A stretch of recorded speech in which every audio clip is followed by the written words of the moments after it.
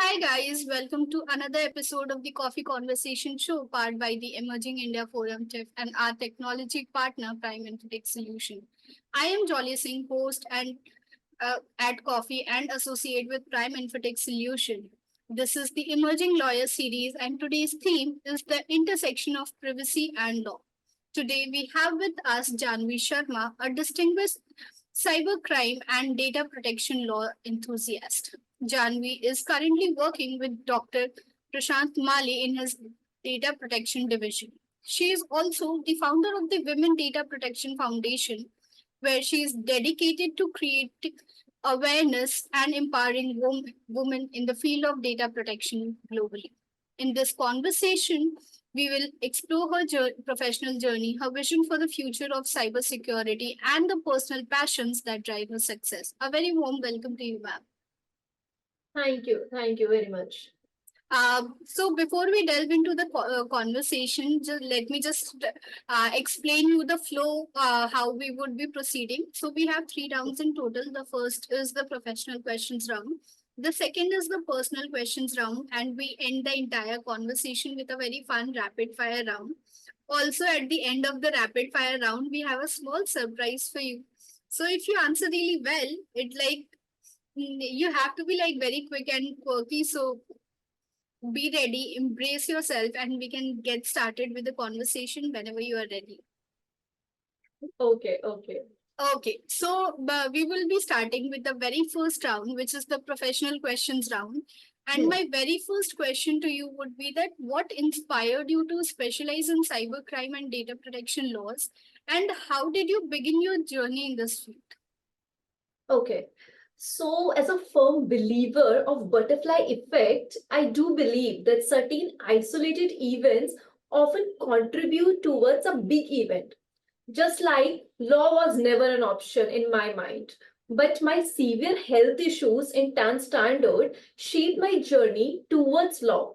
As I was denied PCM in 11th standard and PCB was a big no for me. So I was left with only commerce as arts was a big no for my family. And one day in my third semester in law, one YouTube video of IT Act intrigued me. Although it was not a subject of third semester, it was a subject of higher semester. And this proved to be a stepping stone towards my newly profound interest in Information Technology Act, which is Cyber Law of India. And then COVID phase came, and most of our work dynamic shifted online, and need for cyber awareness become more profound. Keeping that in mind, I started to organize various webinars for public cyber awareness. And I remember in one of our event, I invited Advocate Dr. Prashant Mali as a guest speaker, and he declined with a statement, "I don't come in small private events. I only do these for government." And that time I was a little immature, and that wounded my immature ego. And that day I decided to become a very big name in this field. But my immature ego was and still smaller than my admiration for Advocate Dr. Prashant Mali. And that is why I spammed him with my internship applications, which would ultimately be rejected by him. One day, tables turned and he accepted my internship application, but my stars were yet to be in my favor as my leg was severely fractured with a plaster above knee. But from this point onwards, I had his guidance with me, and he's the one who pushed me towards data protection. And for that, I'm forever grateful to him. And that's my story. Okay. So, as the founder of Women Data Protection Foundation, what challenges did you face in establishing the platform, and how have you seen it evolve over time? It's a very nice question, Jolly. So, I have faced a lot of challenges while establishing WDP. So, one of the major challenge was securing the desired name for WDP itself.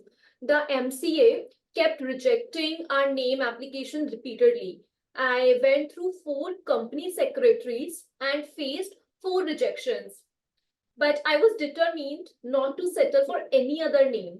Finally, I found a capable CS, and after persistent effort, we successfully registered WDP as Women Data Protection Foundation. And yes, it is the name of choice. I also want to add that finding a competent CA and CS is very crucial. With so many compliance requirements, it is essential to work with professionals who have the right experience and expertise to navigate the complexities of non-for-profit organizations. And in addition to this, building a strong team for a non-for-profit organization has also been a significant challenge.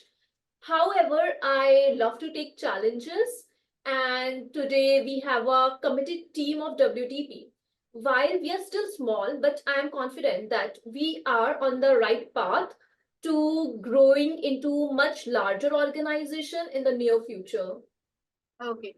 So adding to the question, would you be interested to just explain our audience what is the motto of WDP and how it has been working towards its objective?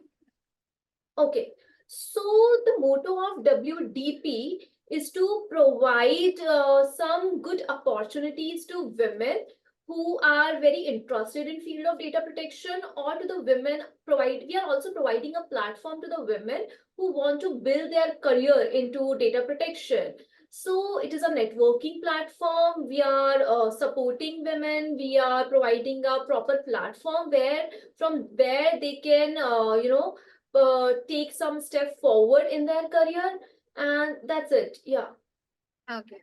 What are the roles and responsibilities of a data protection officer? Okay, a data protection officer known as DPO is fundamentally a privacy expert. They can either be an internal employee or an external consultant, depending on the company's needs and structure. Regardless of their status, their role is absolutely pivotal in ensuring that an organization is compliant with data protection laws. The primary responsibilities of a DPO is to ensure compliance with relevant privacy laws and regulation within the organization.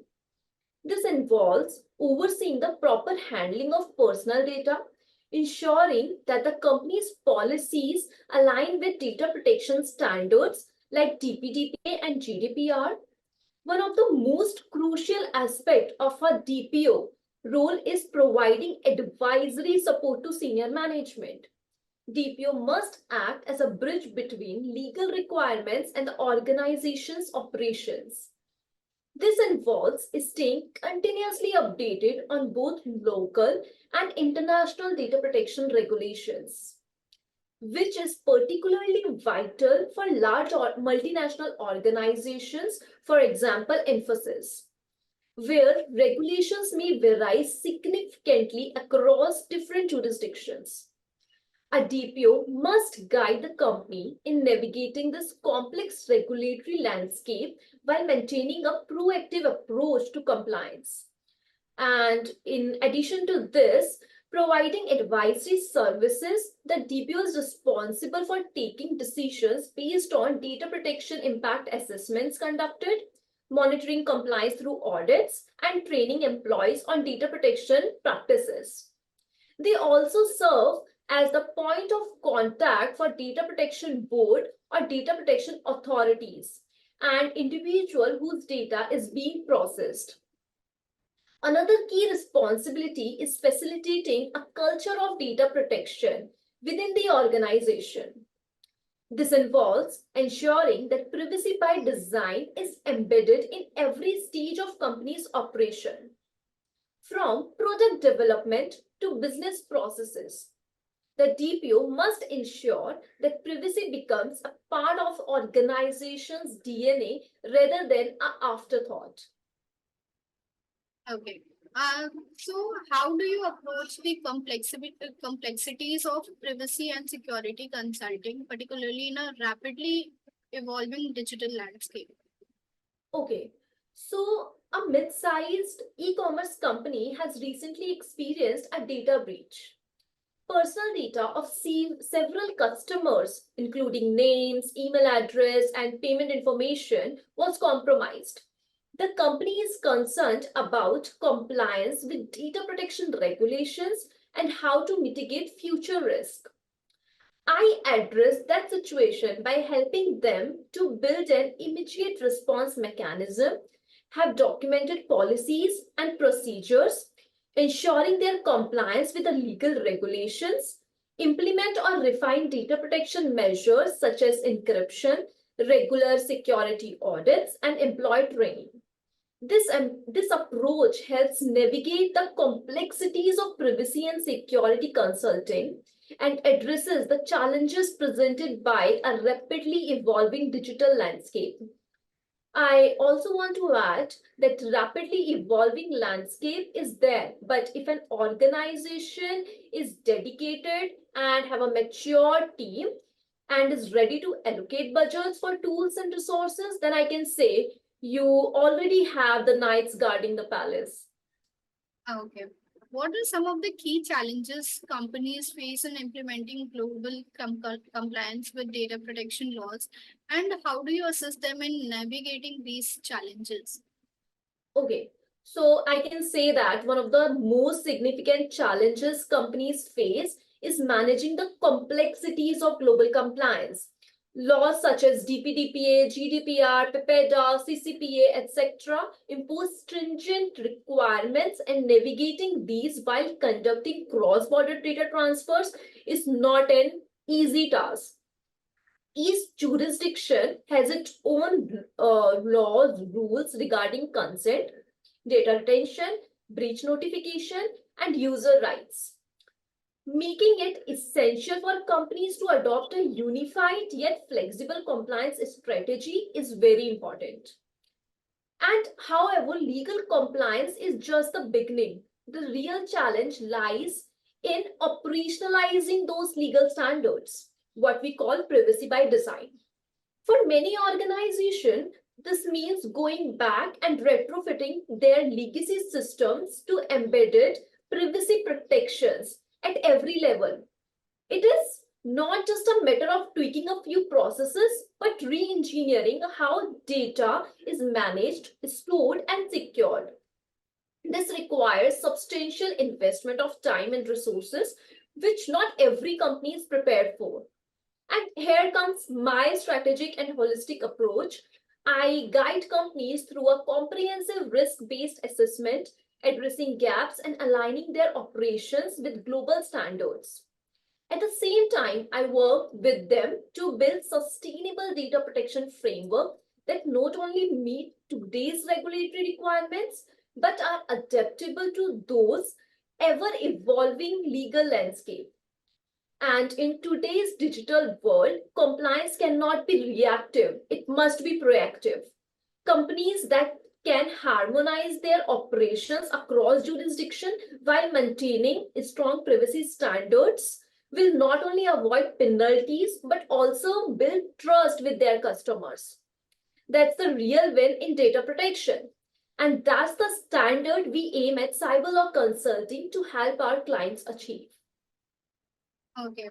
So, what trends do you foresee in the realm of cyber law, particularly concerning privacy rights and the regulation of emerging technologies? I'm sorry? What trends do you foresee in the realm of Okay. cyber law, particularly concerning privacy rights and the regulation of emerging technologies? Okay. So I believe that there should be an amalgamation of cyber laws and privacy laws, particularly concerning personal data. For instance, in a cyber attack where personal data is stolen, both privacy laws, which protect individuals' right over their data, and cyber laws, which prosecute cybercrime, are involved. However, a fragmented legal approach might create loopholes in enforcement or complicate the process of securing remedies for affected individuals. And by adopting an integrated approach, we can ensure that personal data is protected not only from unauthorized access but also that any breach are dealt swiftly and comprehensively with appropriate legal recourse available to those impacted. As we move deeper into the digital age, the realm of cyber law is becoming increasingly dynamic and complex. One of the most significant trends we will likely witness is the evolution of privacy rights alongside the proliferation of emerging technologies such as artificial intelligence, blockchain, and Internet of Things. For example, smart homes, smart toys, smart education involves huge data, which we refer to big data, and AI aspects as well, which demands more specific advocacy of data and ethical use of systems to an extent where humans' privacy is oversighted even in their bedrooms. Okay. So that is it for the professional questions round, ma'am. We are moving towards our next round, which is the personal questions round. So to start with the very first question, would you like to tell us about your formative years, right from your school to law college, and then your first job? Like, how was your experience? How did you landed up? How your journey has been? Okay, so I will start this with my family. So I come from a very beautiful family that has shaped me into the person I am today. I have two twin brothers who are currently pursuing their computer science engineering. Both are incredibly bright and full of potential, and I think more than me. So, my mom, who is not only adorable but also the heart of our home, she's a homemaker and she's the one who holds us all together with her love and warmth. Now, my father, although a builder by profession, but he's a cook and which is his hidden talent. And growing up, we lived in a lower middle class household where values of hard work and resilience was deeply ingrained in us. And that's how my schooling was in a very lower middle class family till fifth standard. And then we shifted to a new house, and my schooling and everything was from an ICSE school till eighth standard, and then I moved to a CBSE board in ninth standard to till my 12th standard, and then I took admission in my university where I did my BCom LLB and integrated course in law, and afterwards I also did PG diploma in cyber laws and my LLM. It was all part of this journey. Okay. So do you have some memories of Ajinkya DY Patil University? Oh yeah, I did my LLM from that university, and that university holds a very special place in my heart. I have fond memories of my interaction with my teachers who provided me invaluable guidance and support throughout my journey. Their mentorship played a very crucial role in shaping my academic and professional path, and I am very grateful for the wisdom and encouragement they imparted. What hobbies do you enjoy in your free time, and how do you unwind yourself after work, having a busy schedule? Okay, so after a long day of working, I like to keep my evenings as light as possible.